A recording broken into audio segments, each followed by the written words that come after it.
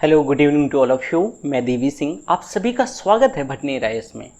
देखो, मैं आपको ना इंडियन इकॉनमी पढ़ा रहा था और इंडियन इकॉनमी के अंतर्गत हमारा ये आज जो है इन्फ्लेशन चैप्टर का थर्ड लेक्चर है।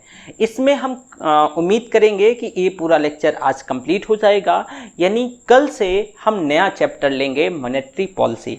लेकिन मैं आपको इससे पहले ये बता दूं कि हमारा जो ये लेक्चर है, मतलब इकोनॉमी का ये जो पूरा कोर्सेस है हमारे इस ऐप पर प्राप्त होगा। इसका प्राइस बहुत रीजनेबल है, 750 इसका प्राइस है। आपको इसमें से कंप्लीट वीडियो मिलेंगे, पीडीएफ हिंदी में जो होगा, और टेस्ट भी प्राप्त होंगे। ये जो हमारा कोर्स वो पीटी और मेंस के लिए होगा, लेकिन इसमें से पीटी ओरिएंटेड है। मैं आपको एक चीज़ और बता दूं कि देखो, अगर इसमें से 15 क्वेश्चन एवरेज हर साल पूछे जाते हैं, इससे ज़्यादा भी हो जाते हैं, कभी कभी इससे कम भी हो जाते हैं, लेकिन एवरेज हम 15 मान के चलते हैं। अगर आप पूरा लेक्चर करीब 80 या 85 या 90 के बीच आएगा, पूरा करंट अफेयर्स अपडेटेड होगा, तो इसमें से आप क्या करोगे कि करीब 11 से 12 क्वेश्चन बहुत आसानी से कर ले जाओगे इंडियन इकोनॉमी की, ये मैं गारंटी दे सकता हूं। ठीक है, तो चलो आज का हम लेक्चर स्टार्ट करते हैं। ओके, हमें अब अगला जो हमारा सब हेडिंग है वो जीडीपी डिफ्लेटर है। क्या भाई? जीडीपी डिफ्लेटर, जीडीपी डिफ्लेटर, ठीक है, या इसी को जीडीपी अस्फीतिक कारक बोलते हैं। क्या बोलते हैं भाई? इसी को जीडीपी अपस्फीतिक कारक, अपस्फीतिक कारक। ये होता क्या है? देखो, यह मुद्रास्फीति इन्फ्लेशन को मापने का सबसे आसान तरीका है। यह इन्फ्लेशन को मापने का सबसे आसान तरीका है। अब जैसे इसमें आप देखोगे, क्योंकि इसमें जो अर्थव्यवस्था के किसी भी वर्ष में, ये क्यों आसान तरीका है? क्योंकि किसी भी अर्थव्यवस्था के किसी वर्ष में उत्पादित सभी वस्तु और सेवाओं के मूल्यों में परिवर्तन को लिया जाता है। मान लो कि कोई वस्तु और सेवा है, किसी वर्ष में उसे प्रोड्यूस किया गया है, तो उसमें जो मूल्यों में आने वाला परिवर्तन है उसको लिया जाता है। अब देखो, सकल घरेलू उत्पाद की गणना जो है वो बाजार कीमतों पर, ये प्रचलित मूल्यों पर की जाती है। अब इसे बाजार कीमत पर सकल घरेलू उत्पाद या फिर मौद्रिक जीडीपी कहते हैं। इसको क्या कहते हैं भाई? मौद्रिक जीडीपी कहते हैं। अब अगर मान लो सकल घरेलू उत्पाद की गणना आधार वर्ष के मूल्यों पर करी जाए तो इसे स्थिर मूल्यों पर जीडीपी या इसी को वास्तविक नॉमिनल जीडीपी कहेंगे। अब जब हम किसी आधार वर्ष के स्थिर मूल्यों पर जीडीपी की गणना करते हैं तो सकल घरेलू उत्पाद पर पड़ने वाला जो स्फीतिक कारक है ये समाप्त हो जाता है। मौद्रिक जीडीपी में वृद्धि और वास्तविक जीडीपी में वृद्धि का जो अंतर ही जीडीपी की कीमत में वृद्धि है, और इसी को जीडीपी डिफ्लेटर कहते हैं। अब भाई, यह जो चालू मूल्यों पर सकल घरेलू जो उत्पाद है, तो चालू मूल्यों पर सकल घरेलू उत्पाद और स्थिर मूल्यों पर सकल घरेलू उत्पाद के अनुपात है। अगर हम इसको और सामान्य भाषा में कहें तो भाई जीडीपी इज इक्वल टू चालू कीमतों पर जीडीपी अपॉन स्थिर कीमतों पर जीडीपी। तो आपने जीडीपी स्फीति यानी जीडीपी डिफ्लेटर या जीडीपी अपस्फीतिक कारक देखा। अब मान लो यदि जीडीपी का मान 1 हो तो इसका मतलब यह है कि कीमत स्तर में कोई परिवर्तन नहीं हुआ, कीमत स्तर पे कोई परिवर्तन नहीं हुआ है। जबकि जीडीपी डिफ्लेटर का मान अगर 2 हो तो दुगने की वृद्धि, और 4 हो तो इसकी कीमत पे 4 गुने की वृद्धि प्रदर्शित होती है, दर्ज होती है। ठीक है, तो ये तो आपने जीडीपी क्या देखा भाई? ये जीडीपी अपस्फीतिक कारक देखा। अब देखो, कुछ और सूचक भी हैं। जैसे सूचक की बात करें हम तो जो कुछ इंडेक्सेशन है, जैसे कि मान लो फूड इन्फ्लेशन या खाद्य मुद्रास्फीति, खाद्य मुद्रास्फीति, मुद्रास्फीति, इस फूड इन्फ्लेशन। देखो, ये फूड इन्फ्लेशन क्या है? जरा इसे समझो, नोट्स में सब कुछ मिल जाएगा, परेशान नहीं होना है। अब उपभोक्ता मूल्य सूचकांक जो भी सीपीआई है, अभी मैं सीपीआई पढ़ाऊंगा, हाँ, तो जो सीपीआई है कंज्यूमर प्राइस इंडेक्स, या फिर सामान्य मुद्रास्फीति के सापेक्ष में जो है अनिवार्य खाद्य पदार्थों के थोक मूल्य सूचकांक, जो कि एक बास्केट तैयार किया जाता है, उसमें परिभाषित मतलब इसको परिभाषित किया जाता है, और अगर उसी बास्केट में जो जारी बढ़ोतरी को खाद्य मुद्रास्फीति के तौर पे जाना जाता है। इसको और साधारण भाषा में समझो भाई, जो सीपीआई है कंज्यूमर प्राइस इंडेक्स है, या फिर समान मुद्रास्फीति के संबंध में जो समान मुद्रास्फीति है, तो इसके कंपेयर में, इसके सापेक्ष अगर मान लो अनिवार्य खाद्य पदार्थ जो हैं, जो नेसेसरी, जो मतलब बेसिक नीड्स हैं, जो सीपीआई का आप देखोगे, जब मैं सीपीआई पढ़ाऊंगा तो सीपीआई को एक्चुअल में 6 भागों में क्लासिफाई करेंगे, तो उसमें एक भाग होता है फूड एंड बेवरेज। तो इसमें से अगर जो जारी बढ़ोतरी को खाद्य मुद्रास्फीति के तौर पे जाना जाता है, अगर मान लो खराब प्रबंधन की नीति, या फिर मान लो कि गलत तरीके से बफर स्टॉक की नीति, या फिर जो दोषपूर्ण न्यूनतम समर्थन मूल्य जो है, तो ये सम्मिलित रूप से जो खाद्य मुद्रास्फीति के लिए रिस्पॉन्सिबल होते हैं। जो अगर खाद्य मुद्रास्फीति क्या होती है, बढ़ती है, जो बेसिक जो जरूरतें हैं, जो खाद्य हैं, अगर इसमें महंगाई होती है, तो ये सारी चीजें जैसे कि बफर स्टॉक की प्रॉब्लम, और ये जो मैनेजमेंट की प्रॉब्लम, या फिर आप जो एमएसपी का जो गलत तरीके से आप मान लो कि ये जो दोषपूर्ण हो, तो इस तरीके से जो खाद्य मुद्रास्फीति क्या होती है, उत्पन्न होती है। ठीक है, अब आप देखोगे कि दूसरा एक सूचकांक है, हालांकि ये पूछे नहीं जाएंगे, लेकिन स्टेट सिविल सर्विस का कभी भरोसा नहीं किया जा सकता है, कुछ भी पूछ लेता है, कुछ भी मतलब कुछ भी। आवास मूल्य सूचकांक, आवास मूल्य सूचकांक, देखो ये क्या है, आवास मूल्य सूचकांक देख लो। देखो भैया, आवास मूल्य सूचकांक की अगर हम बात करते हैं, तो 2007 से जो राष्ट्रीय आवास बैंक, जिसे रेजिडेक्स कहा गया, तो रेजिडेक्स इस सूचकांक को जारी कर रहा है, और ये सूचकांक जो विभिन्न शहरों में और विभिन्न समयों के जो आवासीय जो परिसंपत्तियों की कीमत में होने वाला जो उतार चढ़ाव है, जो परिवर्तन है, उसी को दर्शाता है।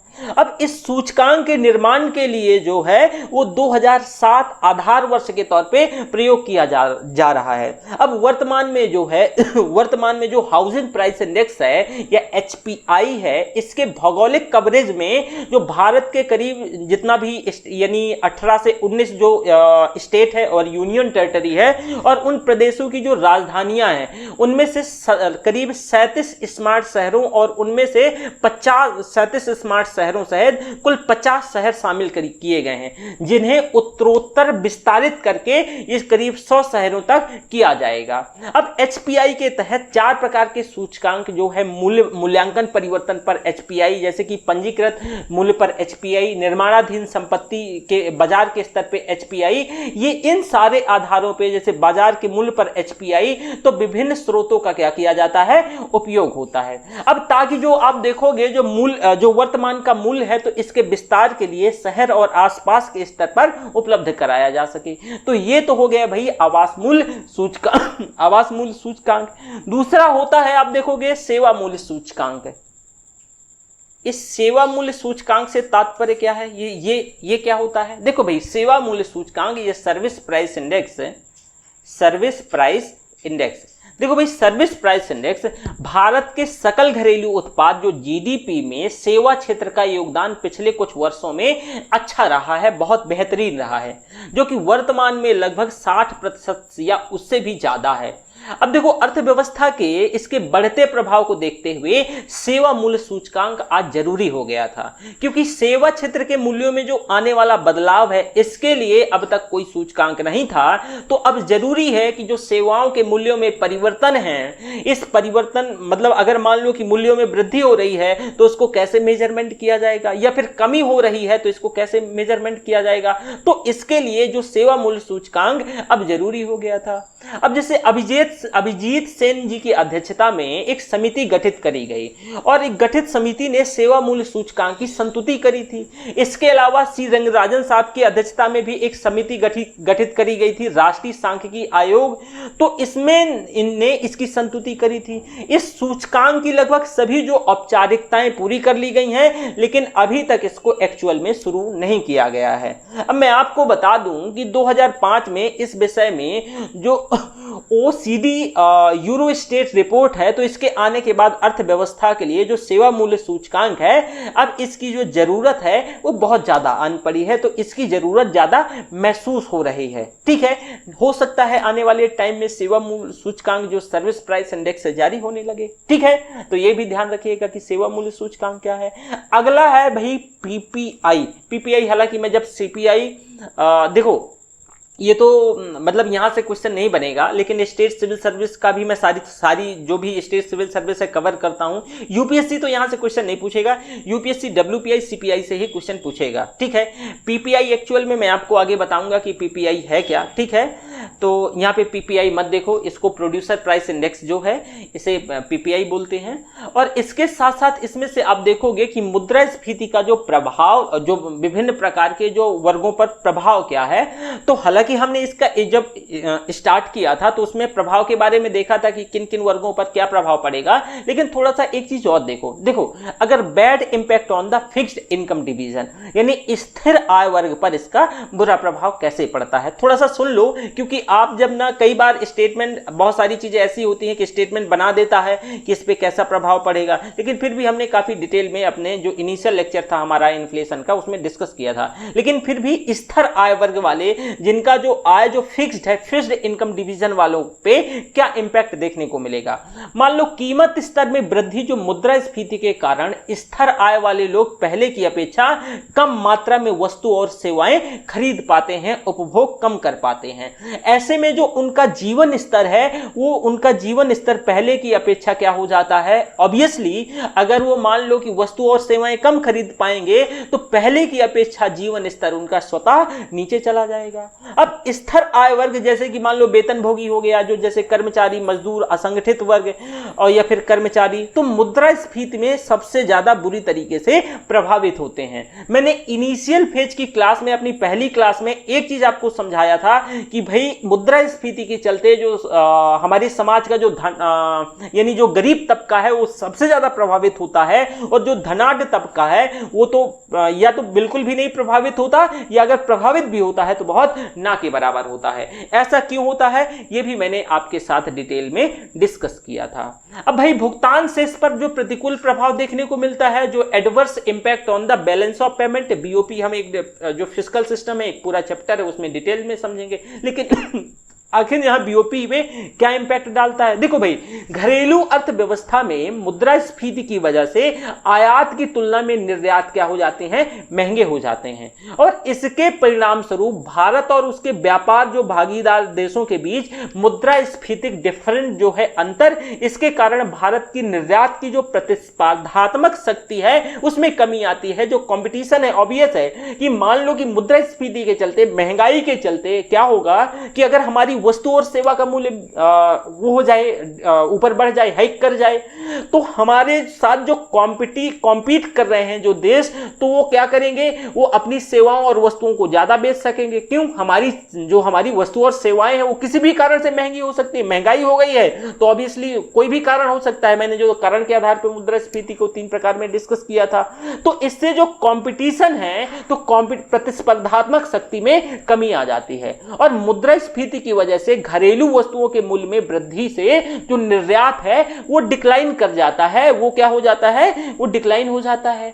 तो आयात में वृद्धि होती है, और इसके बाद जो व्यापार शेष या फिर जो भुगतान शेष प्रतिकूल हो जाता है, और यही इंपैक्ट आप देखोगे कि जो बैलेंस ऑफ पेमेंट है, जो बीओपी है, उसका मतलब बीओपी पे मुद्रास्फीति का ये असर देखने को मिलता है।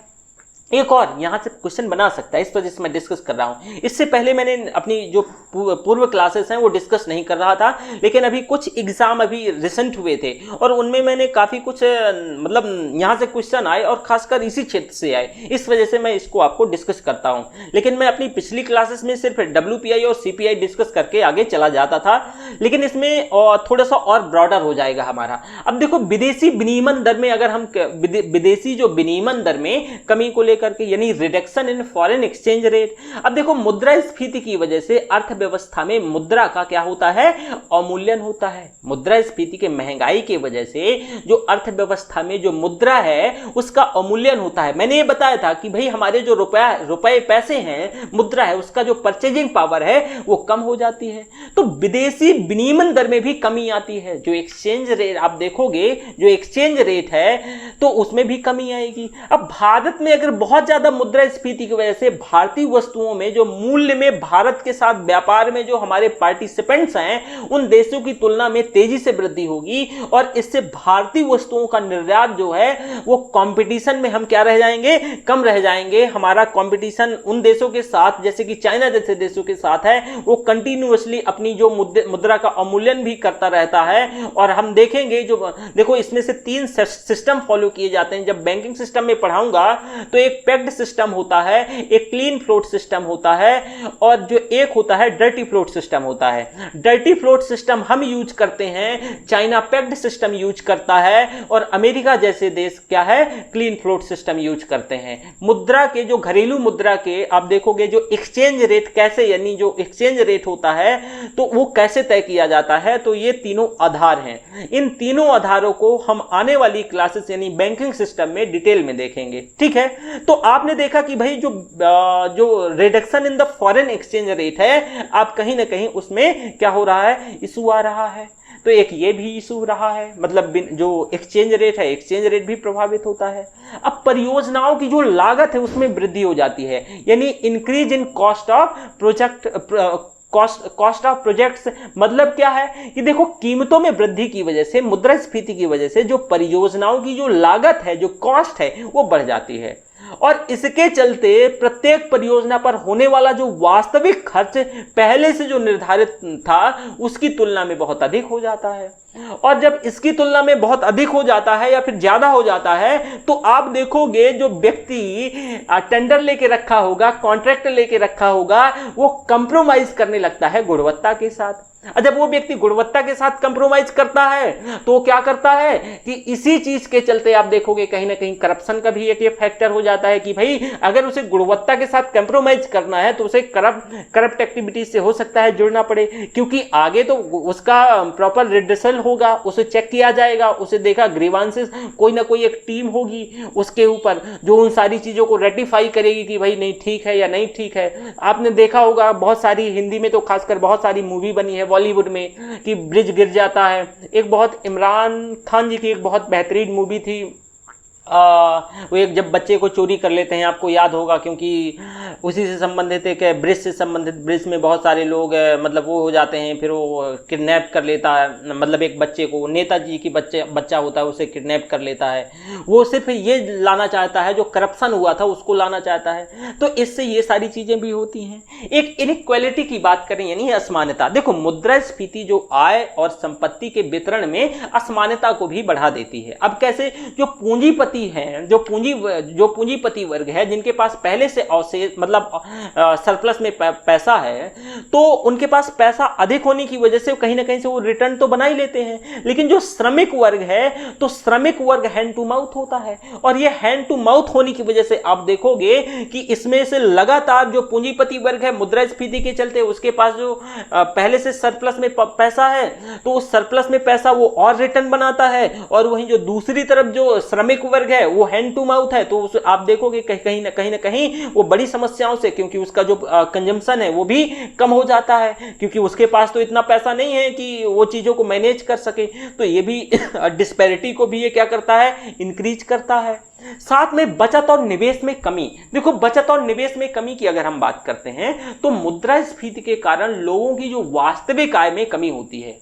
महंगाई के चलते लोगों के वास्तविक आय में कमी देखने को मिलती है, और उपभोग को पूरा करने के बाद जो आय का बहुत मतलब कम भाग निवेश के लिए बचता है। तो मुद्रास्फीति के चलते जो निवेश में वो भी डिक्लाइन कर जाता है। इसके साथ साथ आप देखोगे कि जैसे सेविंग, तो सेविंग पे भी नेगेटिव इंपैक्ट देखने को मिलता है।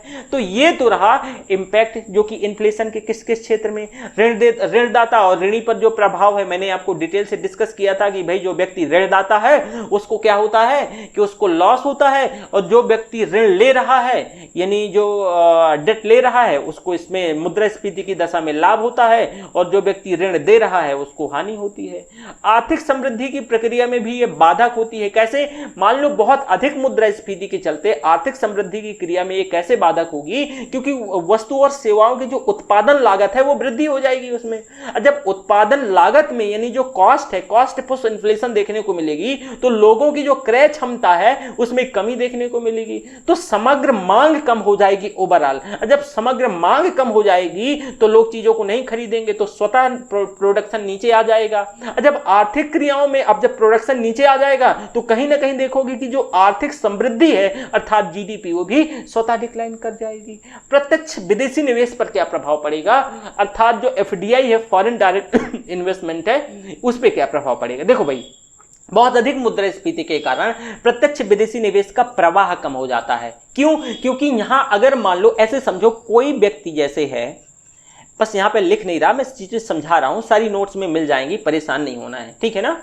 क्योंकि इससे ना कई बार क्या होता है कि जो चीजें बाकी सारी चीज नोट्स में है ही, इससे कई बार क्या होता है कि हमारा जो लेक्चर है वो बहुत कम टाइम में ज़्यादा चीज़ें कवर हो जाती हैं, ठीक है। खैर छोड़िए, तो मैंने क्या बताया एफडीआई पे कैसे इंपैक्ट डालती है। मान लो एफडीआई जो फॉरेन डायरेक्ट इन्वेस्टमेंट एफडीआई, देखो आप जो एफडीआई है तो मान लो कि कोई व्यक्ति क्या है कि कोई व्यक्ति यहाँ $100 लेके आया, ऐसे समझना। अब $100 में मान लो भारत में एक्सचेंज करने पे उसको 500 रुपये मिल रहे थे, बस उदाहरण दे रहा हूँ, ठीक है ना। जैसे ऐसे मत मानने लगना कि सर $100 और 500 ये कुछ बन नहीं रहा है, तो ये मत कहने लगना, बस उदाहरण है। अच्छा ये डॉलर है ना, ये डॉलर है, ओके। तो देखो इस $100 में 500 एक्सचेंज किया, लेकिन मान लो महंगाई बढ़ गई, तो $500 में अगर मान लो कि उसको क्या कर लेना था कि 2 बीघे जमीन खरीद लेना था, लेकिन महंगाई के चलते इस जमीन का रेट क्या है, हाइक हो जाएगा। तो अब इसके 500 रुपए की क्षमता नहीं है कि इस 2 बीघे जमीन को खरीद ले। तो जो एफडीआई है वो कहां जाएगी, वो वैसे देश में जाएगी जहां आसानी से वो अपना कारोबार कर सके और 2 बीघे अर्थात जमीन खरीद सके। यहां 2 बीघे जमीन का उदाहरण मैंने ये दिया कि भाई वो उस देश में माइग्रेट कर जाएगा, वो उस देश चला जाएगा जहां उसका रिटर्न ज्यादा से ज्यादा हो सके और उसकी वस्तु और सेवा है वो ज्यादा से ज्यादा हो सके। तो एक ये है। तो विदेशी निवेश क्या है, प्रत्यक्ष विदेशी निवेश इससे हतोत्साहित होता है, उसमें कमी देखने को मिलती है, ठीक है। मुद्रास्फीति के प्रभाव जरूर लिख लो भाई, इसमें से क्या क्या प्रभाव, जैसे क्योंकि यहां से आप क्वेश्चन हालांकि बताया है लेकिन यहां से क्वेश्चन बनता ही बनता है। देखो प्रभाव में जैसे उपभोक्ता मुद्रास्फीति की वजह से मुद्रास्फीति के प्रभाव, अच्छा एक मिनट पहले ऊपर लिख दे, नहीं आप लोग बोलोगे ना कि सर लिख भी कुछ दिया करो, है ना। तो मुद्रास्फीति के, महंगाई के, मुद्रास्फीति के प्रभाव क्या भाई, मुद्रास्फीति के प्रभाव क्या क्या, जैसे उपभोक्ता पर क्या प्रभाव पड़ेगा भाई, इसको लॉस होगा, नेगेटिव इंपैक्ट, नकारात्मक प्रभाव। क्यों, वस्तु और सेवाएं महंगी हो रही हैं, मतलब इसको हानि होगी, ऐसे समझो, हानि लिख सकता है या नकारात्मक प्रभाव। दूसरा व्यक्ति आया उत्पादक, जो उत्पादक है उसको लाभ होगा, ये सकारात्मक प्रभाव देखने को मिलेगा या उसको लाभ होगा उसको क्या है, लाभ होगा। ऋणदाता, ये सारी चीजें समझाई थी लेकिन यहां पे थोड़ी सी समराइज कर देता हूं। ऋणदाता ऐसा क्यों, मैंने बताया था, तो ऋणदाता पर जो व्यक्ति ऋण दे रहा है इसको हानि होगी और ऋणी को, जो ऋण ले रहा है, ऋणी को लाभ होगा। ऋणी को क्या होगा भाई, लाभ होगा। इसके साथ साथ देखोगे जो आयात है, प्लीज यहां से पीसीएस भी क्वेश्चन पूछ सकता है, जो आपका आयात है, आयात में क्या होगी, वृद्धि होगी, आयात में वृद्धि होगी, ठीक है, आयात में आपकी वृद्धि होगी, लेकिन निर्यात में कमी देखने को मिलेगी। जो निर्यात है इसमें कमी देखने को मिलेगी। अभी वही तो मैंने समझाया। जो सार्वजनिक व्यय है, सार्वजनिक व्यय बढ़ जाएगा, वृद्धि हो, सार्वजनिक व्यय, ज्यादा पैसा सरकार को खर्च करना पड़ेगा, है ना, महंगाई बढ़ गई ना, तो सार्वजनिक व्यय में वृद्धि हो जाएगी। वहीं आप देखोगे जो सार्वजनिक बचत है इसमें भी कमी आ जाएगी। पैसा ज्यादा खर्च हो गया ना, तो ऑब्वियस है सार्वजनिक जो बचत है इसमें क्या है भाई, कमी आ जाएगी। ठीक है, परिवर्तनशील आय समूह, ध्यान से सुनिएगा, परिवर्तनशील आय समूह, आप समझ गए होंगे, मैंने ऊपर एक स्टेटमेंट बोला था, अभी समझाऊंगा। परिवर्तनशील आय समूह लाभ बनाएगा, लेकिन फिक्स्ड आय समूह, फिक्स्ड इनकम ग्रुप को क्या होगा, हानि होगी। ऊपर यही तो मैंने बताया था, तो यहां से भी क्वेश्चन पूछा जाएगा। ठीक है, अब जो व्यापारी वर्ग है ये लाभ बनाएगा, और आप देखते हो कभी नहीं, जब महंगाई होती है तो ये कभी नहीं चिल्लाता है, व्यापारी वर्ग लाभ बनाता है। ठीक है, व्यापार पेंशन भोगी हानि बनाता है, जो पेंशन भोगी है क्या है भाई, ये हानि इसे होती है, इसे हानि होती है। डिबेंचर के रूप में जो संपत्ति धारक है, डिबेंचर के तौर पे, ध्यान रखना, डिबेंचर के तौर पे, अभी डिबेंचर, शेयर, ये सारा मैं शेयर मार्केट में पढ़ाऊंगा, हाँ, यानी ये कैपिटल मार्केट के अंतर्गत पढ़ाऊंगा। मनी मार्केट होता है, कैपिटल मार्केट होता है, तो कैपिटल मार्केट में जैसे इंश्योरेंस सेक्टर, शेयर मार्केट, ये सारी चीजें मैं वहीं आपको बताऊंगा। ठीक है, तो बस डिबेंचर, ऋण पत्र इसको हिंदी में बोलते हैं, तो ये, तो ऋण पत्र जो धारक है, जो ऋण पत्र के तौर पे मतलब ऋण पत्र लेके रखा है, तो उसको हानि होगी। ठीक है, तो ये है। अब भारत में मुद्रास्फीति के हम जैसे कि कारक, मतलब मुद्रास्फीति के कारण की अगर बात करें, देखो कारण के आधार पर मुद्रास्फीति अलग थी, हमने पहले लेक्चर में यही डिस्कस किया था कि भाई कारण के आधार पर मुद्रास्फीति क्या है। लेकिन अब भारत में जो अगर बहुत ज्यादा मुद्रास्फीति होती है तो उसके पीछे क्या मतलब कारण, तो मुद्रास्फीति के मुख्य 3 कारण हैं या 3 कारक हैं। जैसे कि जनसंख्या वृद्धि को लेकर के, तो मांग आधारित कारक, हम जब डिमांड पुल इन्फ्लेशन पढ़े थे, डिमांड पुल इन्फ्लेशन याद है, या डिमांड बेस्ड, ठीक है, मांग अधिक होने की वजह से अगर मान लो महंगाई बढ़े, तो जनसंख्या में प्रतिवर्ष वृद्धि की वजह से भोजन और जो दूसरे पदार्थ हैं इनके मांग में लगातार वृद्धि होती है। अगर ऑब्वियस जनसंख्या बढ़ेगी तो भाई मांग तो बढ़ेगी, लोग खाएंगे कि नहीं खाएंगे, तो लोग खाएंगे, तो इनके मांग में लगातार वृद्धि होती है। अब लगातार जो बढ़ती हुई जो लगातार जनसंख्या है वो उपभोक्ता वस्तुओं और सेवाओं की मांग और आपूर्ति के बीच एक डिफरेंस तैयार हो जाता है, और इसी की वजह से आप देखोगे कि मांग जनित जो है मुद्रास्फीति वो होती है। इसके बहुत सारे मांग की अधिक होने के बहुत सारे मैंने कारण बताए थे, लेकिन एक ये कारण है।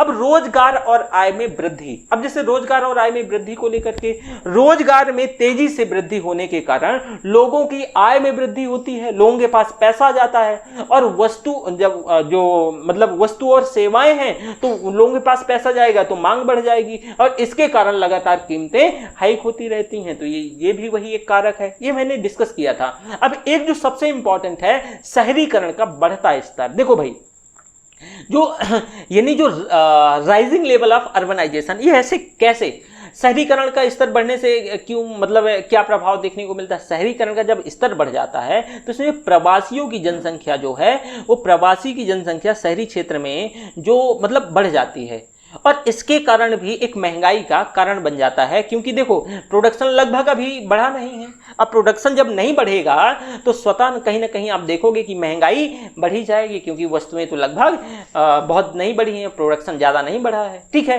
देखो एक और कारक है, जैसे कि मान लो पूर्ति आधारित जो सप्लाई बेस्ड फैक्टर था, जो मैंने आपको बताया था, जो यानी कॉस्ट पुश इन्फ्लेशन। ठीक है, इसमें क्या है भाई, जो पूर्ति बेस्ड जो फैक्टर है, देखो अनियमित खाद्य आपूर्ति, अगर मतलब एक इंटरवल के बाद इरेगुलर हो, अगर फूड जो सप्लाई है इरेगुलर हो, मान लो कि भारत में जैसे कि कोई ऐसी प्राकृतिक आपदा आ जाए, जैसे कि डाट हो गया, जैसे कि बाढ़ हो गई लगातार हमारे यहाँ, तो भारत में मानसून को कृषि को मानसून का जुआ भी कहा जाता है। तो इसके चलते किसी साल तो बहुत ठीक ठाक हो गया और किसी साल हमारे जो किसान भाई हैं तो सूखा, बाढ़ और ये इसके चलते परेशान हो गए, मतलब परेशान तो होती है, तो जो हमारा उनके पास जो प्रोडक्शन है वो कम हो गया। तो जो इरेगुलरिटी है अब देखोगे ये भी मुद्रास्फीति का एक कारक बन जाती है। ठीक है, अब ऑब्वियस है कि जहां पे मान लो कि जैसे मांग उसकी 100 किलो की है और हमारे किसानों के पास मात्र 85 किलो पैदा हुआ तो स्वतः उसका रेट हाइक हो जाएगा।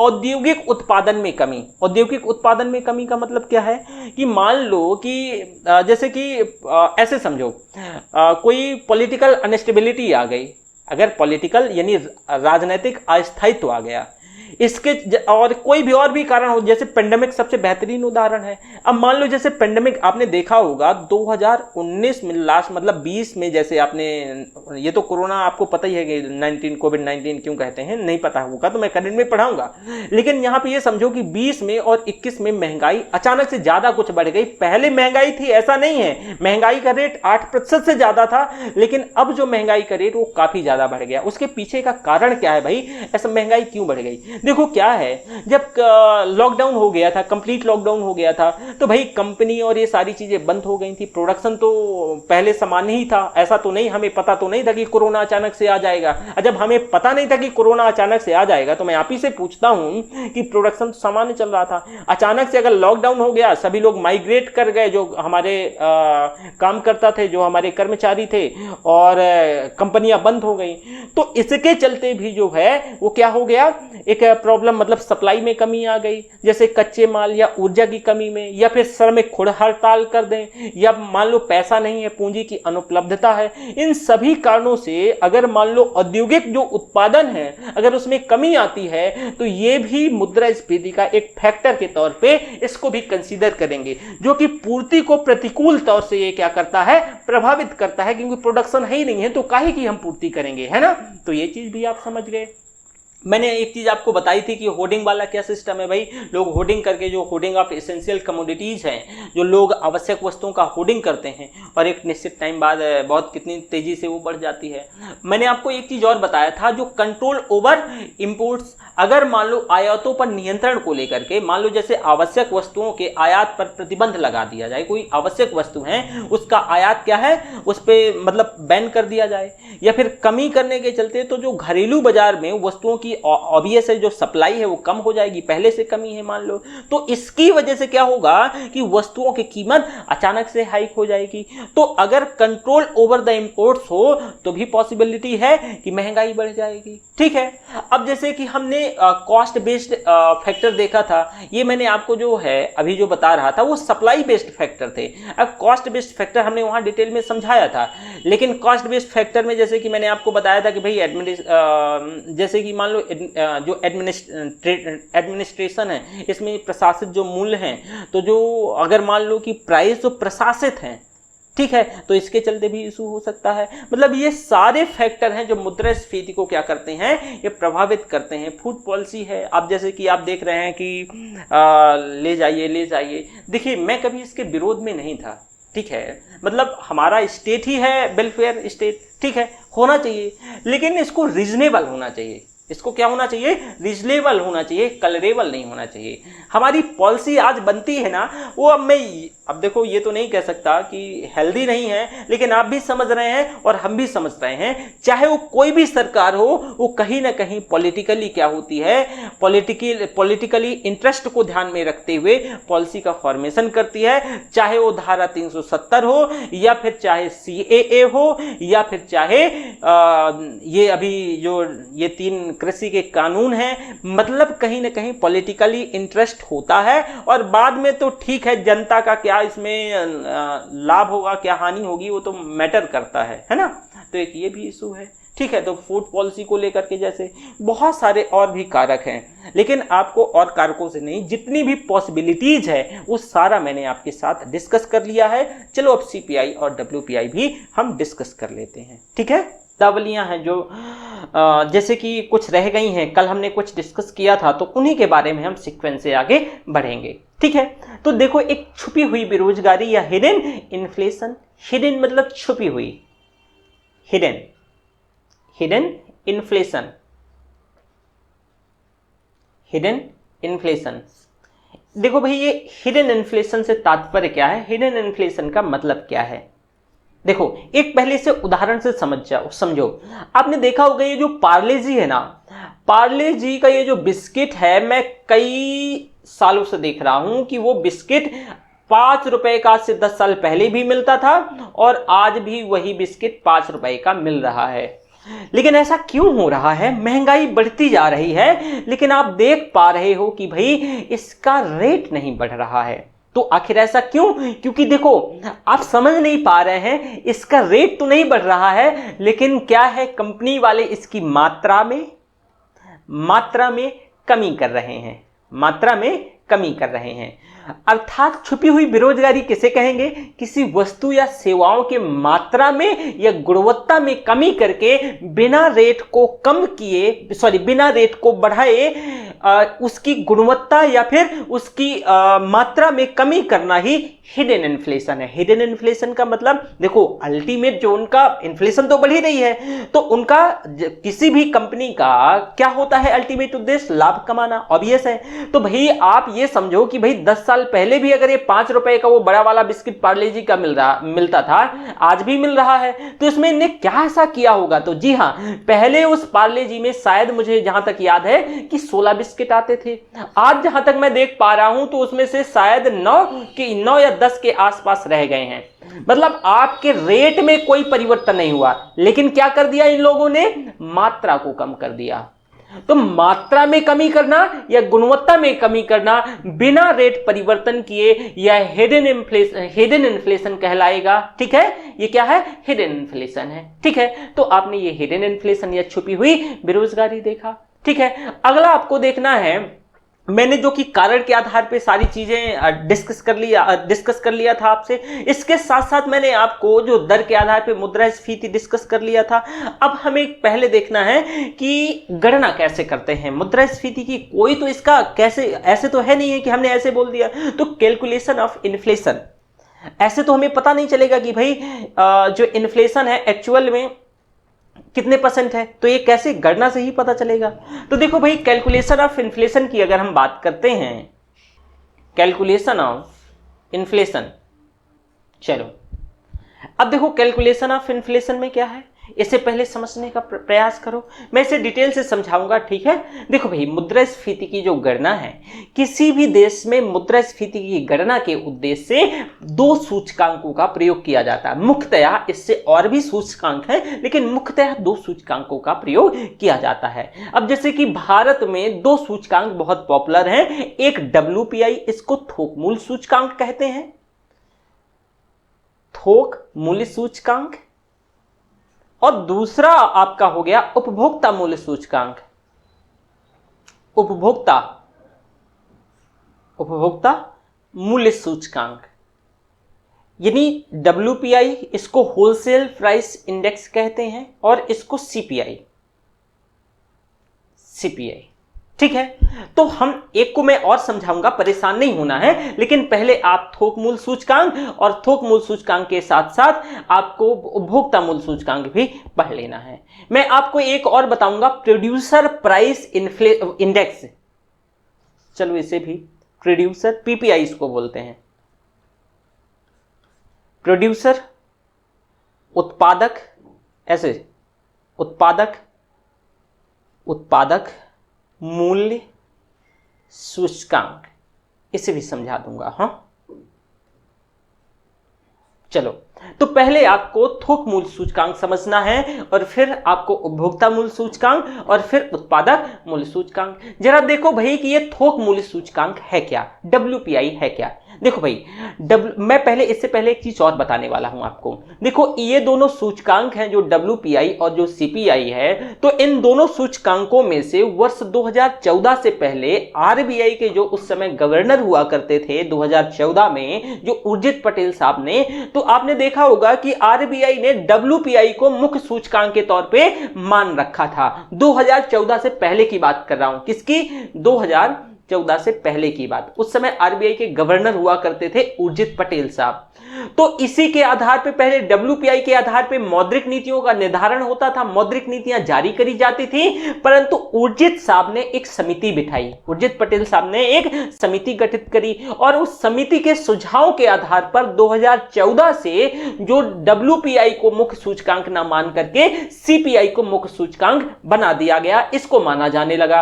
अब मौद्रिक नीतियां सीपीआई के अंतर्गत जो है प्रकाशित आंकड़ों पर आधारित होती हैं। देखिए मैं अभी आपको मॉनेटरी पॉलिसी, एक बहुत बड़ा चैप्टर है, डिटेल से समझाऊंगा, लेकिन जो मॉनेटरी पॉलिसी कौन जारी करता है, आरबीआई या किसी भी देश की केंद्रीय बैंक जारी करती है।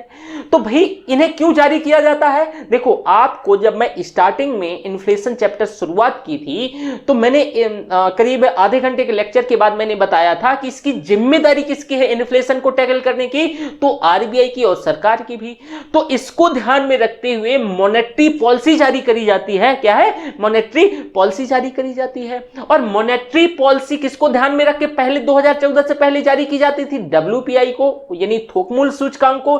लेकिन इसमें बहुत सारी समस्याएं थी, समस्याओं को आगे देखेंगे कि आखिर क्या आन पड़ी, क्या समस्याएं थी, ताकि हम डब्ल्यूपीआई को मुख्य सूचकांक से हम कहां सीपीआई में क्विट कर गए या उपभोक्ता मूल्य सूचकांक में क्विट कर गए। तो पहले तो आपको पता होना चाहिए कि भाई ये एक्चुअल में डब्ल्यूपीआई होता क्या है। देखो भाई डब्ल्यूपीआई के अंतर्गत वस्तुओं के मूल्य में होने वाले परिवर्तन को थोक बाजार के स्तर पर मापा जाता था। अगेन सुनना, जो डब्ल्यूपीआई ये सूचकांक था, जो डब्ल्यूपीआई था, ये जो सूचकांक था डब्ल्यूपीआई के अंतर्गत वस्तु, यहां ध्यान रखना, और यहीं से कई बार यूपीएससी ने क्वेश्चन पूछा है, तो वस्तुओं के मूल्य में होने वाले परिवर्तन को थोक बाजार के स्तर पे मापा जाता था। वस्तुओं के, अगेन सुनना, वस्तुओं के मूल्य में होने वाले परिवर्तन को क्या भाई? थोक बाजार के स्तर पर मापा जाता था। इसके आंकड़े वर्तमान में प्रत्येक माह में एक बार जारी होते हैं और इन आंकड़ों को वाणिज्य मंत्रालय, मिनिस्ट्री ऑफ कॉमर्स जारी करता है। डब्ल्यूपीआई के आंकड़े माह में एक बार, मंथ में एक बार जारी होते हैं। और इसके आंकड़े कौन जारी करता है भाई? इसके आंकड़े जो है ना मिनिस्ट्री ऑफ कॉमर्स जारी करता है मंथ में, यानी एक बार। और इसके आंकड़े कौन जारी करता है ये भी पूछा जाता है, ध्यान रखिएगा ये फैक्ट, हालांकि नोट्स में सारा सब कुछ होगा। मिनिस्ट्री ऑफ कॉमर्स जारी करता है, मिनिस्ट्री ऑफ कॉमर्स जारी करता है। डब्ल्यूपीआई की गणना में चूंकि मूल्य से संबंधित आंकड़े थोक बाजार के स्तर पर एकत्रित किए जाते थे, जो डब्ल्यूपीआई की गणना होती थी तो इसकी गणना में जो आंकड़े कलेक्ट किए जाते थे वो होलसेल मार्केट के आधार पे कलेक्ट किए जाते थे। इन्हें एकत्रित करना आसान होता है, सरल होता है। अगर आप मान लो कि जैसे कि भोपाल की हम बात करें या इलाहाबाद की बात करें या अमृतसर की बात करें, तो अगर आपको यहां पर जैसे कि आप होलसेल मार्केट में चले गए तो आपको आंकड़े इकट्ठा करना सरल हो जाएगा। लेकिन वही अगर आप जैसे कि आगे हम देखेंगे कंज्यूमर प्राइस इंडेक्स में आपको जब खुदरा स्तर पर वस्तुओं के आंकड़े कलेक्ट करना पड़ेगा तो वहां मुश्किल हो जाएगी, वो कठिन होता है।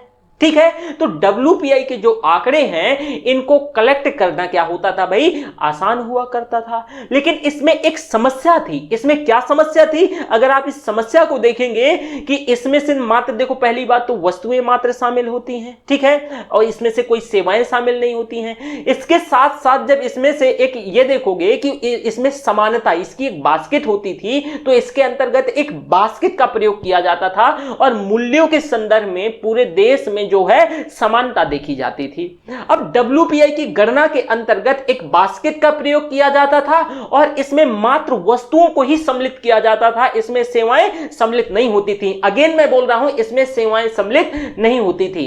क्या होता है, कई बार आप देखते हैं कि स्टेटमेंट बनाता है और आप जल्दी जल्दी के चक्कर में यही आपसे यूपीएससी पूछेगा। अगर यहां से डब्ल्यूपीआई सीपीआई से क्वेश्चन बनाएगा तो यह स्टेटमेंट जरूर रहेगा। तो ध्यान रखना, डब्ल्यूपीआई की गणना में मात्र वस्तुओं को ही शामिल किया जाता था, इसमें सेवाएं शामिल नहीं होती थी। इस बास्केट को कम से कम 5 वर्षों के उपरांत, यानी ये जो बास्केट होता था तो इसको कम से कम 5 वर्षों के बाद और 10 साल के अंदर इसको चेंज करना पड़ता था, संशोधित किया जाता था। इसके साथ साथ आप इसमें देखोगे कि वर्ष 2017 में एक संशोधन के अंतर्गत इस बास्केट को चेंज किया गया और इस बास्केट में जो वर्तमान में 697 वस्तुएं रखी गई, 697 वस्तुएं रखी गई। WPI के अंतर्गत मात्र इन्हीं 697 वस्तुओं में होने वाले परिवर्तन को, जो होने वाला चेंज है, उसी को मेजरमेंट किया जाता था और इस बास्केट को 3 हिस्सों में क्लासिफाई किया जाता था। ये जो बास्केट बनाया जाता था इसको 3 हिस्सों में वर्गीकृत किया जाता था। अब जरा इसमें देखना है कि 3 हिस्से क्या क्या थे। देखो पहले यहीं पे बास्केट बना लेते हैं, है ना। इसे देखो जरा पहले, इसमें क्या है, ये जो बास्केट होता था तो इसको आप 3 भागों में क्लासिफाई किया जाता था, 3 भागों में बांट के रखा जाता था। इसमें हालांकि चित्र बना होगा, 1 मिनट, चलो इसमें से नहीं बनाया है, मैं बना दूंगा। चलो ये जो बास्केट है आप देखोगे, ये जो बास्केट होता था ना भाई, इसमें से 117 प्राइमरी गुड्स, प्राथमिक वस्तुएं थी, 564, दोबारा सुनना, 564 इसमें से विनिर्मित वस्तुएं थी और जो फ्यूल एंड एनर्जी है ये 16 थी। कितनी भाई? 16 थी। तो ये जो एक बास्केट है इसको 2017 में, दोबारा से सुनना, इसको संशोधित किया गया था। ठीक है, अब देखो प्राथमिक वस्तुओं के अंतर्गत जो 117 वस्तुएं, इसमें से क्या क्या शामिल होता था, इसमें से जैसे अनाज, फल, सब्जी, जूट, कपास इत्यादि। और ये जो विनिर्मित वस्तुएं, जो मैन्युफैक्चर्ड गुड्स होते थे, इसमें क्या क्या शामिल होता था। आप इसमें देखोगे कि जैसे वैसी जो वस्तुएं कंपनी में जिनका निर्माण हो रहा है, जो मैन्युफैक्चर्ड हैं, वैसी वस्तुएं, जो विनिर्मित वस्तुएं इसमें से शामिल करी जाती थी। जैसे कि इसमें टीवी हो गया, फ्रिज हो गया, ये सारी चीजें। अब इसके साथ साथ जो 16 वस्तुएं, ये क्या था, फ्यूल एंड एनर्जी था। इसमें से जो पेट्रोलियम सब्सटेंस, पेट्रोलियम पदार्थ हो गए, एलपीजी हो गया, कोयला हो गया, ये सारी चीजें इसमें शामिल होती थी। अब भाई WPI के अंतर्गत इन्हीं जो 697 वस्तुएं हैं, टोटल कितना हुआ, ये 697 वस्तुएं।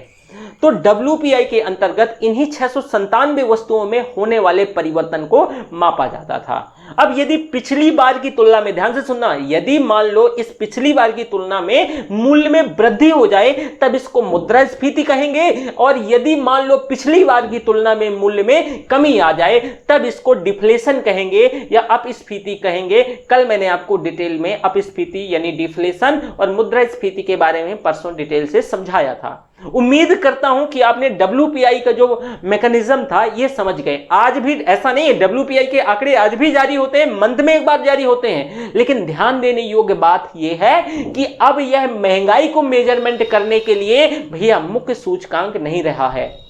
अब ये मुख्य सूचकांक नहीं है। अब WPI के बास्केट में कुछ वस्तुओं का मूल्य, ध्यान से सुनना, जो WPI का ये जो पूरा बास्केट है, ये मान लो तो कुछ ऐसी वस्तुएं हैं जिनका मूल्य बहुत तेजी से रैपिडली ऊपर जाता था, कुछ वस्तुओं का मूल्य, और जबकि कुछ वस्तुओं का मूल्य नीचे आता था। ऑब्वियस है, कुछ का मतलब रेट ऊपर बढ़ेगा, लेकिन जो आउटडेटेड टाइप हो गई हैं तो उनका मूल्य नीचे गिरेगा। अगर मान लो उनका मूल्य नीचे गिरेगा तो जिन वस्तुओं का मूल्य ऊपर जाता है वह सूचकांक को ऊपर लेके जाएंगे, और जिनका मूल्य नीचे जाता है तो वह सूचकांक को क्या करेंगे, वो सूचकांक को नीचे लेके आएंगे। तो इसी प्रक्रिया को आप देखोगे, ये जो खींचतान है इसको स्क्यूफ्लेशन कहा गया। इसको, इस खींचतान को क्या कहा गया भाई, स्क्यूफ्लेशन कहा गया। ठीक है, अब देखिए होता क्या है कि जैसे मैंने ये बताया कि भाई कुछ वस्तुएं ऊपर हैं, जो ये आपका इंडेक्स है उसे ऊपर लेके जाएंगी, कुछ वस्तुएं नीचे आएंगी, मतलब उनका मूल्य गिरेगा तो नीचे। तो ये जो खींचतान का प्रोसेस है, ये जो प्रक्रिया है, इसी को स्क्यूफ्लेशन कहा जाता है। अब भाई WPI की गणना के अंतर्गत, जो WPI की गणना में वर्तमान जो आधार वर्ष है 2011-12 है। अगेन इसे ध्यान रखना, यहां से क्वेश्चन ये भी स्टेटमेंट प्रीलिम्स में बना सकता है। तो इसका जो आधार वर्ष है 2011-12 है, परंतु किसी भी महीने की मुद्रास्फीति की गणना विगत वर्ष के उसी माह की तुलना में करी जाती है। मतलब समझा, अगर हमें मुद्रास्फीति की गणना करना है तो फॉर एग्जाम्पल की अगर हमें मान लो जैसे कि अगस्त है ये, ठीक है, तो अगस्त की अगर हम मुद्रास्फीति की गणना करना है तो हम किसके कंपेयर में करेंगे, पिछले वर्ष अगस्त यानी 2023 2020 अगस्त के कंपेयर में करेंगे, ठीक है, 2020 के अगस्त के कंपेयर में ही करेंगे। अब जैसे आप देखोगे गणना के लिए एक फॉर्मूला यूज किया जाता है जिसको लेजस्फेयर फॉर्मूला कहा जाता है, इसको लेजस्फेयर फॉर्मूला कहा जाता है। एक चीज आपको सोचना चाहिए, आपको पूछना चाहिए, क्वेश्चन भी पूछना चाहिए कि सर एक चीज ये बताओ, आप कह रहे हो कि जो WPI था पहले 2014 से पहले मुख्य सूचकांक था, लेकिन ऐसी क्या जरूरत पड़ी कि WPI को चेंज करना पड़ गया? उर्जित साहब ने एक कमेटी बिठाई और CPI में वो क्विट करने की बात करे, बोले कि अब CPI में तो कुछ तो समस्या रही होगी WPI में। जी हाँ, समस्याएं थी और क्वेश्चन यहां से भी प्रीलिम्स में बनेगा। जरा समझना कि क्या क्या समस्याएं रही हैं। देखो भाई, WPI के अंतर्गत मुख्यतः 3 समस्याओं को देखा गया। अब 3 समस्याओं में देखोगे कि उर्जित पटेल साहब ने देखा और इन्हें कहा कि भाई अगर आप WPI में, जैसे उन्होंने पहले समस्या बताया कि WPI के अंतर्गत जो मूल्यों में परिवर्तन होता है वो थोक बाजार के स्तर पे मापा जाता है, जबकि जो उपभोक्ता खुदरा मूल्य स्तर, जो उपभोक्ता यानी CPI है, कंज्यूमर प्राइस इंडेक्स, वो खुदरा स्तर पर होता है। तो मैं भी आपसे एक क्वेश्चन पूछता हूं, सभी स्टूडेंट से पूछता हूं कि अच्छा एक चीज बताओ, आप जो कंज्यूम करते हो, कोई भी चीज, कोई भी वस्तु को कंज्यूम करते हो तो किसके आधार पे करते हो? आप भाई जो कंज्यूम करते हो खुदरा स्तर पर करते हो, ना कि होलसेल स्तर पे। मतलब कि अगर आपके पापा चीनी लेके आते हैं तो 10 क्विंटल चीनी नहीं खरीदते हैं, बल्कि आपके पापा 10 kilo max to max 10 kilo चीनी लेके आएंगे, 20 किलो ले आएंगे, 25 किलो ले आएंगे, लेकिन 25 क्विंटल नहीं लाएंगे। तो जो आप खुदरा स्तर पे क्या होता है, मूल्य फ्लैक्चुएट होता है। और अगर हमें वाकई में महंगाई सही आपको लगता है कि महंगाई को मेजरमेंट करना है, हमें सही महंगाई निकालना है, सही डेटा निकालना है, तो हमें WPI के अंतर्गत यह समस्या देखने को मिलेगी। हम उससे सही आंकड़े नहीं इकट्ठा कर सकते हैं। क्यों? क्योंकि भाई आप होलसेल प्राइस में जो आप देखोगे मूल्यों में पूरे देश में कहीं ना कहीं एक सिमिलरिटीज देखने को मिलेगी। आप चाहे जहां भी नॉर्थ ईस्ट को छोड़कर, नॉर्थ ईस्ट की जो जियोग्राफिकल टेरिटरीज ऐसी है तो कई सारी चीजें वहां थोड़ी सी महंगी होती हैं। मैं आपको बता दूं कि आप यहां 1 रुपए का जो ये फोटोकॉपी करवाते हैं, वहां करीब 7 रुपए से 10 रुपए के बीच फोटोकॉपी होती है। वो तो एक जियोग्राफिकल टेरेन की वजह से ऐसा हो जाता है। लेकिन सामान्य स्थिति की बात करें तो होलसेल प्राइस में आप देखोगे कि अगर जैसे हम मान लो 4 जगह ले लेते हैं, ऐसे समझो कि हम 4 जगह ले लेते हैं। 4 जगह मान लो कि जैसे कि इलाहाबाद ले लो, भोपाल ले लो, अमृतसर ले लो और दिल्ली ले लो। आप देखोगे कि अगर 10-10 क्विंटल आप चीनी खरीदते हो तो इनके रेट में, इनके मूल्य में सिमिलरिटीज देखने को मिलेगी, इनके मूल्य में सिमिलरिटीज देखने को मिलेगी। लेकिन अगर आप खुदरा स्तर पर चीजों को खरीदते हो तो भैया सिमिलरिटीज नहीं देखने को मिलेगी। क्योंकि अगर आप बांदा जिले के खलारी गांव जाएंगे तो हो सकता है कि वहां आपको 20 रुपए केजी चीनी मिले, और अगर आप मान लो कि इलाहाबाद के सेणुआ जाएंगे तो हो सकता है वहां पे 22 रुपए का मिले। या फिर आप ऐसे थोड़ी से मान लो मध्य प्रदेश के किसी आप ऐसे रिमोट एरिया में जाते हैं तो हो सकता है वहां 35 रुपए की मिले। मतलब मैं यहां देखो, यहां रेट में आप मत आ जाइएगा, मैं ये समझाना चाह रहा हूं कि खुदरा मूल्य पे आप उपभोग चीजों का कर रहे हो, तो अगर हमें वाकई में महंगाई का सही डेटा निकालना है, सही से मेजरमेंट करना है, तो इसको WPI के आधार पे मेजरमेंट नहीं करना चाहिए। क्योंकि WPI के आधार पे अगर मेजरमेंट करते हो तो एक समस्या है। और इसी समस्या को उर्जित साहब ने देखा और उन्होंने कहा कि भाई अब समय आ गया है कि अब हमें WPI से CPI में क्विट कर जाना चाहिए। ये तो प्रॉब्लम नंबर 1 हुई। अब प्रॉब्लम नंबर 2 क्या है? देखो भाई, WPI के अंतर्गत आप देखोगे बास्केट में सेवाएं शामिल नहीं होती हैं। WPI के अंतर्गत बास्केट में सेवाएं सम्मिलित नहीं होती हैं। और मैं आपसे पूछ रहा हूं कि आप हमें मान लो कि हमारा कोर्स में 750 रुपया पे कर रहे हो। ये किस लिए? हम तो आपको प्रोडक्ट कोई दे नहीं रहे, हम क्या दे रहे हैं? हम आपको सर्विस दे रहे हैं। तो आप अपना पैसा सर्विस में भी खर्च करते हो, अर्थात आप सर्विस का भी उपभोग करते हो। आप बात करने के लिए रिचार्ज करवाते हो, तो ये क्या है? ये एक सर्विस। जो भी कंपनी मान लो जियो आपका रिचार्ज करती है तो ये सर्विस है, वो आपको सर्विस दे रही है। तो आप पैसा अपना मात्र आप देखोगे वस्तुओं की खरीदारी में नहीं बल्कि सेवाओं की खरीदारी में, और इवन सेवाओं में तो और ज्यादा पैसा खर्च करते हो, सेवाओं में तो और ज्यादा पैसा खर्च करते हो। और WPI में जरा दिमाग में बार बार डाल लीजिएगा कि सेवाएं नहीं शामिल होती थी। तो अगर आपका उपभोग सेवाओं में है और अगर सेवाएं शामिल नहीं होगी तो ऑब्वियस है कि वो डेटा जो है वो मिसमैच होगा, एक तरीके से आप उसको सही तरीके से एक्यूरेट करके महंगाई को नहीं मेजरमेंट कर पाएंगे। और अगर एक्यूरेट महंगाई को मेजरमेंट नहीं कर पाएंगे तो ऑब्वियस है कि आप वैसी पॉलिसी भी नहीं बना पाएंगे। जब पॉलिसी नहीं बना पाएंगे तो हमारी इकोनॉमी कहीं ना कहीं क्या होगी, प्रभावित होगी। तो एक दूसरा इशू ये भी था। अब तीसरा क्या था? अब देखो तीसरा इशू, एक बार आप यहां पे आओ जरा। मैंने क्या बताया कि आप अच्छा मुझे बताओ कि सबसे ज्यादा उपभोग किस चीज का मतलब आप करते हो, विनिर्मित वस्तुओं का या मैन्युफैक्चर वस्तुओं का या ईंधन या ईंधन ऊर्जा या इसका? तो आप कहोगे कि सर हम सबसे ज्यादा जो उपभोग है ये किसका करते हैं, वो प्राथमिक वस्तुओं का। ठीक है, यानी जो प्राइमरी गुड्स है। प्राइमरी गुड्स में क्या क्या शामिल होता है भाई? अनाज, फल, सब्जी, जूट, कपास, खाने की चीजें जो भी हैं इसमें शामिल होती हैं प्राइमरी गुड्स में। अब भाई इनका उपभोग ज्यादा है लेकिन इनकी संख्या, इनका अनुपात हमारी बास्केट में कम है। इनका अनुपात हमारी बास्केट में क्या है, कम है। तो जो डेटा निकल के आएगा तो वह डेटा एक्यूरेट नहीं होगा। क्यों? और ना सही से वो बयां भी नहीं करेगा कि महंगाई क्या है। अब मान लो कि आपसे विनिर्मित वस्तुओं का आप इतना तो उपभोग नहीं करते हो लेकिन इस बास्केट में विनिर्मित वस्तुएं सबसे ज्यादा हैं, तो ये हमारे डेटा को क्या करती हैं भाई, सॉरी, ये हमारे जो आप देखोगे पूरी बास्केट को प्रभावित कर देती हैं। एक उदाहरण से समझो आप कि आपने मोबाइल खरीदा तो डेली तो नहीं खरीदते हो, आपने टेलीविजन खरीदा डेली तो नहीं खरीदते हो, आप फ्रिज खरीदा आप डेली तो नहीं खरीदते हो। तो इनका जितना इनका उपभोग है उसी के अकॉर्डिंगली इनको इसमें हमारी अपनी बास्केट में जगह देनी चाहिए। लेकिन हमने सबसे ज्यादा शेयर किसका रखा है, ये विनिर्मित वस्तुओं का रखा है। कायदे से हमें ईंधन ऊर्जा के बिना नहीं चल सकता है, इसका भी बहुत ज्यादा उपभोग है, लेकिन हम अपने बास्केट में इसको सबसे कम जगह दी है।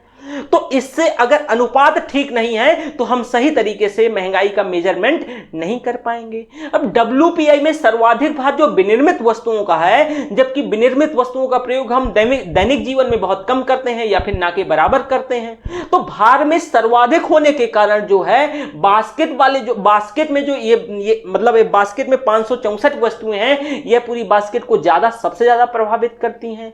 वहीं आप देखोगे कि सर्वाधिक इसमें से करीब आप जो 564 वस्तुएं हैं ये ज्यादा से ज्यादा हैं। वहीं दूसरी तरफ अगर आप देखोगे कि जैसे कि मैंने फ्यूल्स एंड एनर्जी की वही बात करी, बहुत कम है इनका रोल, लेकिन हमारे वाकई में दैनिक जीवन में बहुत ज्यादा रोल है। तो एक ये इशू बना रहा इसमें। तो इस वजह से उर्जित साहब ने क्या किया कि भाई उनने हाथ जोड़ लिया कि देखो आंकड़े तो डब्ल्यूपीआई के जारी होंगे क्योंकि आगे भी काम आएंगे और काम आते हैं, लेकिन अब ये मुख्य सूचकांक नहीं माना जाएगा। मुख्य सूचकांक अब ये सीपीआई को मानेंगे। ठीक है, किसे? सीपीआई को मानेंगे।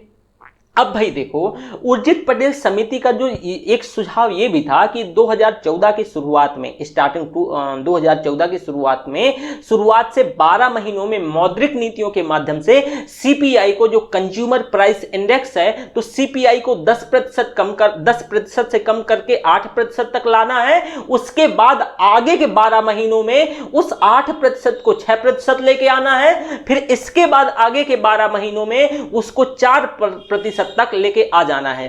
फिर 4% के प्लस माइनस यानी एक रेंज में छोड़ देना है कि ये 6 से ऊपर ना हो और 2 से नीचे ना जाए। तो इसी के आप देखोगे एक ये उर्जित साहब ने, उनकी जो कमेटी थी उनने इस चीज का सुझाव दिया था कि भाई एक आपको हर हाल में जो सीपीआई, जो ये इन्फ्लेशन है, जो मुद्रास्फीति है, ये सीपीआई है, आपको 4 यानी 4 तो 2 प्लस और 2 माइनस ये रेंज में क्या कर देना है, छोड़ देना है। ठीक है, ये परिसीमन बना लेना है। ठीक है, ताकि जो है ये मुद्रास्फीति 6 से ऊपर ना जाए 6% से, और सॉरी 2% से नीचे ना जाए और 6% से ऊपर ना जाए। ठीक है, तो ये भी सुझाव रहा। उम्मीद करता हूं ये आपको डब्ल्यूपीआई समझ आ गया होगा। एक बार थोड़ा सा एक चीज और समझो। यहां पे आप यहां देखो, मैं अभी आपको मैंने बोला था पीपीआई भी बताऊंगा, परेशान नहीं होना है, इसमें से 2 ही लिखा है ना, पीपीआई भी बता दूंगा। देखो भाई, जो होलसेल प्राइस इंडेक्स है, ये होलसेल प्राइस इंडेक्स को आप देखोगे 2014 से पहले थोड़ा सा एक बार रिवीजन करवा देता हूं यहाँ। क्यों रिवीजन जरूरी है? नहीं आप इसमें कई बार बहुत ऐसी चीजें हैं कि आप टेक्निकल चीजें हैं कि आप इसे भूल जाओगे। 2014 से पहले मुख्य सूचकांक था। अब देखो इसके आधार पर मतलब हम महंगाई को इसी के आधार पे क्या करते थे, मेन मानते थे, और इसी के आधार पे हमारी जो मॉनेटरी पॉलिसी है उसको हम क्या करते थे, आगे जारी करते थे। तो मुख्य सूचकांक WPI था। लेकिन इसमें ये समस्याएं थी, जो तीनों समस्याएं बताया उर्जित साहब ने 2014 में ही, जो RBI के उस समय तत्कालीन गवर्नर हुआ करते थे, तो इनने कहा कि ऐसे काम नहीं चलेगा, अगर हमें इसमें मेजर चेंजेस करना पड़ेगा। तो अब इनने कहा कि भाई हमें CPI में क्विट कर जाना चाहिए। इनसे पूछा लोगों ने कि ऐसा क्यों, तो इनने, इनकी जो कमेटी है उनने खूब सुझाव दिए और अच्छे सुझाव थे, वाकई में सराहनीय सुझाव थे। ठीक है, तो ये आपने देखा। एक चीज इसमें मैं ये आपको बताने वाला हूं कि भाई दो चीजें याद रखना इसमें से, एक WPI की गणना को लेकर के जो थोक बाजार के स्तर पे डेटा कलेक्ट किया जाता था, अगेन बोल रहा हूं थोक बाजार के स्तर पे, ठीक है। दूसरा इसमें आपको ये ध्यान रखना है, मैं पॉइंट बता दे रहा हूं कि ये 5 वर्ष के बाद और 10 वर्ष के अंदर ये बास्केट जो है इसको संशोधित करना होता है। संशोधित का मतलब क्या है कि मान लो कुछ ऐसी वस्तुएं, उदाहरण समझो, जैसे कि कुछ ऐसी वस्तुएं हैं या कोई ऐसी सेवाएं हैं जिनका अब, पहले एक समय वो बहुत इमिनेंट थी लेकिन अब उनका क्या है, कोई रोल नहीं है। कोई, जैसे कि आपको पहले पता है हमारे घर में एक डिब्बा वाला टीवी होता था, वो हिलाने वाला, VCR क्या बोलते थे उसे, है ना, तो उसका आज कोई रोल नहीं है। और अगर वो इस बास्केट में शामिल है तो कहीं ना कहीं वो प्रभावित करेगी। तो 5 साल में इसको, 5 साल के बाद और 10 साल के अंदर इसको इस वजह से रिवाइज करना होता था। इसमें क्या करोगे, तो देखिए अब जैसे ना कि अगर हम WPI की बात करें तो एक चीज और नोट डाल के लिख लेना है। एक चीज ये कि WPI की गणना में वस्तुओं के मूल्य में अप्रत्यक्ष कर के हिस्से को सम्मिलित नहीं किया जाता है। जो इनडायरेक्ट टैक्सेस है उसको सम्मिलित नहीं करा जाता है। ये भी आपसे पूछा जा सकता है, ठीक है, तो ये भी ध्यान रखिएगा। तो आपने यहां तक चीजों को, WPI को डिटेल से समझा। उम्मीद करता हूं WPI में कोई डाउट नहीं होगा। इसका आधार वर्ष 2011-12 ध्यान रखना। और इसका ये जो है ना, ये जो संशोधन मैंने बताया, लास्ट टाइम संशोधन 2017 में हुआ था। 5 साल बाद कभी भी किया जा सकता है और 10 साल के अंदर करना ही होगा, ठीक है। इसमें से वर्तमान में 697 वस्तुएं हैं और इसमें से वस्तुएं, इसको 3 हिस्सों में क्लासिफाई किया गया है, वही जो मैंने बताया। इस 3 हिस्सों में देख लो जरा, यहां पे देखो जरा। अब जैसे कि जो प्राइमरी है तो प्राथमिक वस्तुएं 117 है, ठीक है। विनिर्मित वस्तुएं 564 हैं। और इसके साथ साथ आप देखोगे ये बाकी की जो फ्यूल एंड एनर्जी कितनी है, 16 है। ये बस डेटा याद रखना, मैं इस वजह से अगेन एंड अगेन देखो यहाँ पे लिखा है बहुत अच्छे से। ये प्राइमरी गुड्स 117, मैन्युफैक्चर गुड्स 564 और ये फ्यूल, पार्ट्स एंड ल्यूब्रिकेंट कितना, 16। ये ध्यान रखना, ये भी क्वेश्चन बना सकता है। इसके फैक्चुअल इंफॉर्मेशन से क्वेश्चन बन सकता है, अगेन एंड अगेन बोल रहा हूं, और इसी साल क्वेश्चन बन सकता है, तो ये ध्यान रखना, ओके। अब CPI देख लो, देखो भाई CPI के अंतर्गत मुद्रास्फीति की गणना की प्रक्रिया में वस्तु और सेवाओं के मूल्य में, ध्यान से सुनना, वस्तु और सेवाओं के मूल्य में जो खुदरा बाजार के स्तर पर परिवर्तन को मापा जाता है। वहां क्या था, वहां मात्र और मात्र वस्तु थी। तो एक ये समस्या थी ना सेवा की, इसी वजह से तो उर्जित साहब ने सेवा को भी शामिल किया। तो एक तो ये है कि भाई CPI के अंतर्गत मुद्रास्फीति की गणना में जो वस्तु और सेवाओं के मूल्यों में होने वाले परिवर्तन को खुदरा बाजार के स्तर पर मापा जाता है, ठीक है। अब चूंकि खुदरा बाजार के स्तर पे मूल्यों में असमानता देखने को मिलेगी।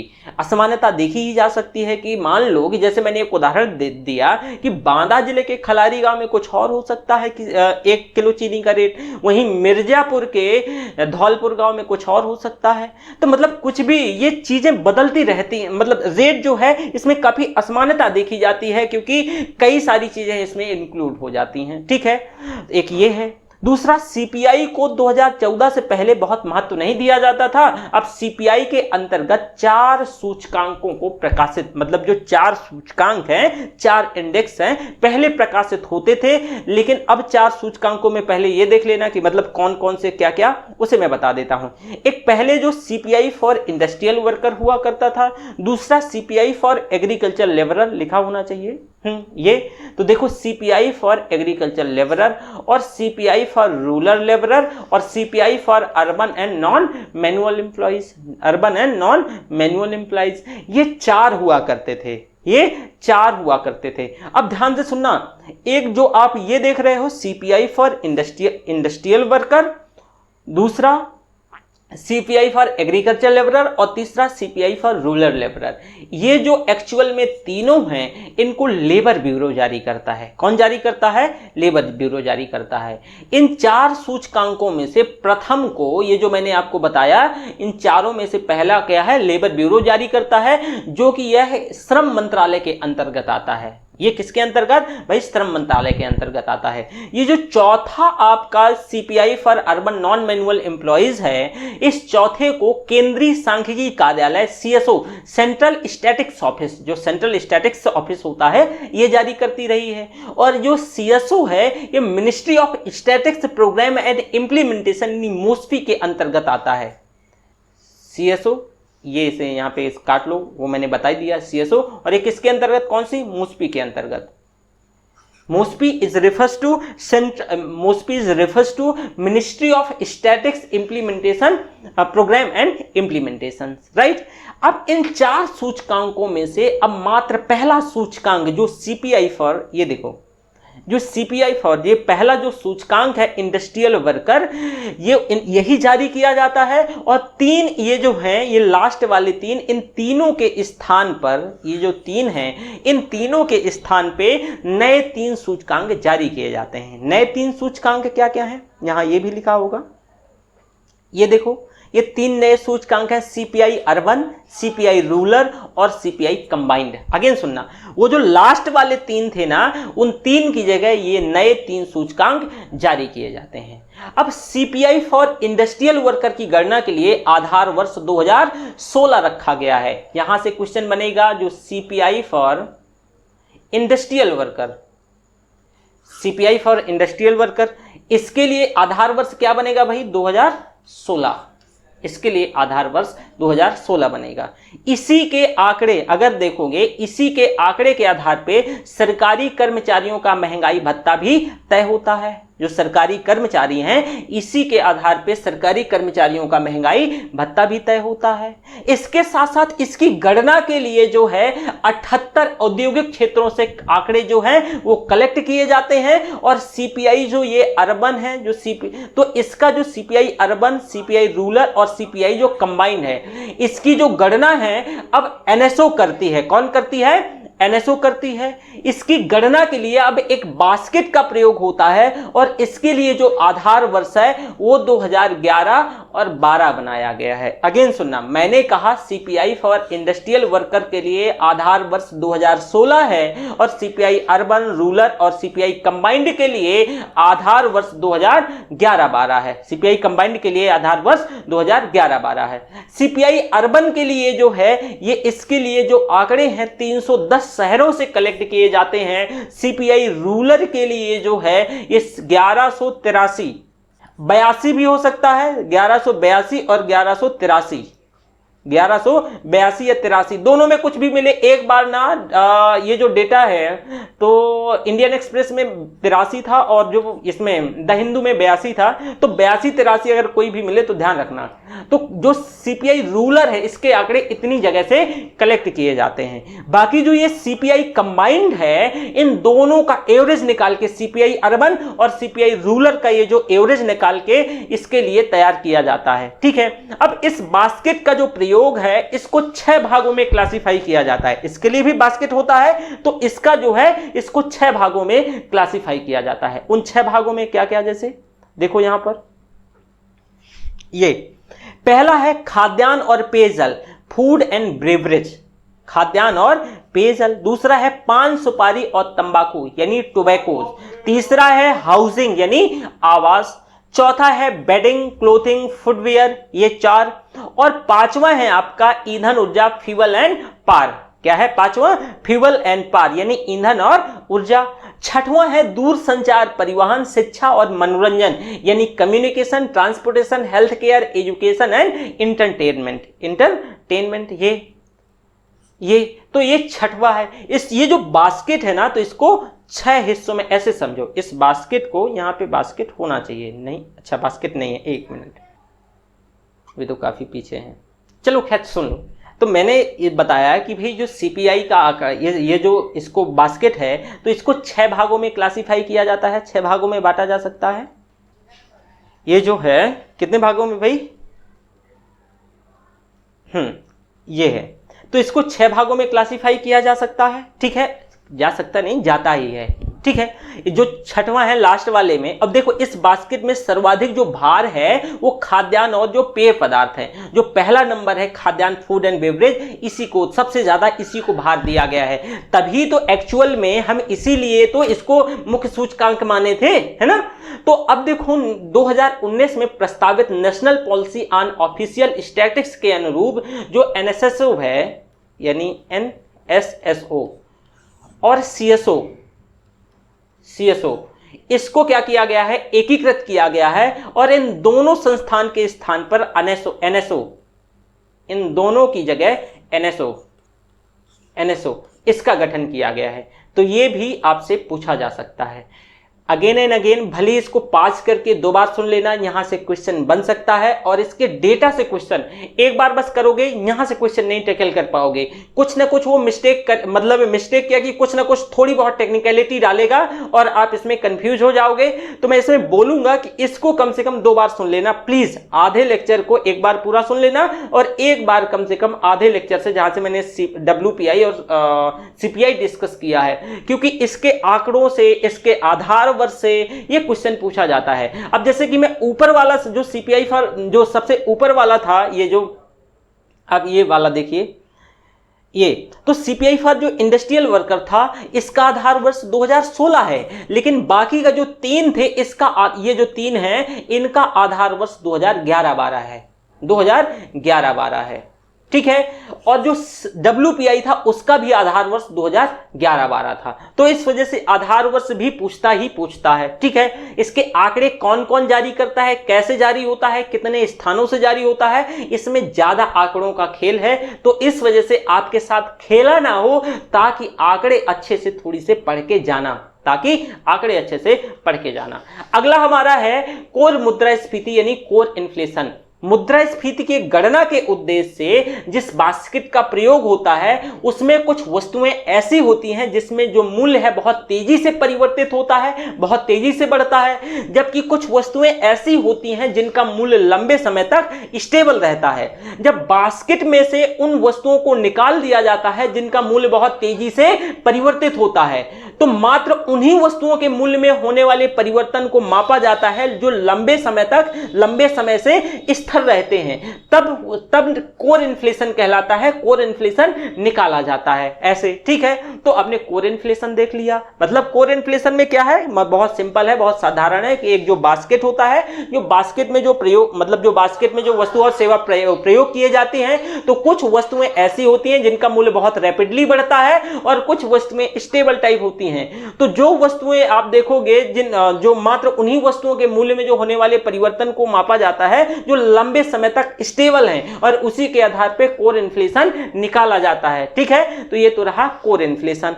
अब ये हमारा चैप्टर जो है आज का ये कंप्लीट हो गया, इन्फ्लेशन वाला चैप्टर। इसमें मेरी समझ से कुछ नहीं रह गया है, रहने को तो बहुत सारी ऐसी चीजें हैं जो फालतू पढ़ाई जा सकती हैं, लेकिन यूपीएससी या स्टेट सिविल सर्विस में इससे बाहर क्वेश्चन नहीं आएगा, ठीक है। बाकी का बहुत सारी चीज डेटा, हाँ एक चीज और मैं आपको बताने वाला था, मैंने आपको ये प्रॉमिस भी किया था कि पीपीआई भी बता दूंगा। देखो ये पीपीआई क्या है, प्रोड्यूसर प्राइस इंडेक्स देख लो।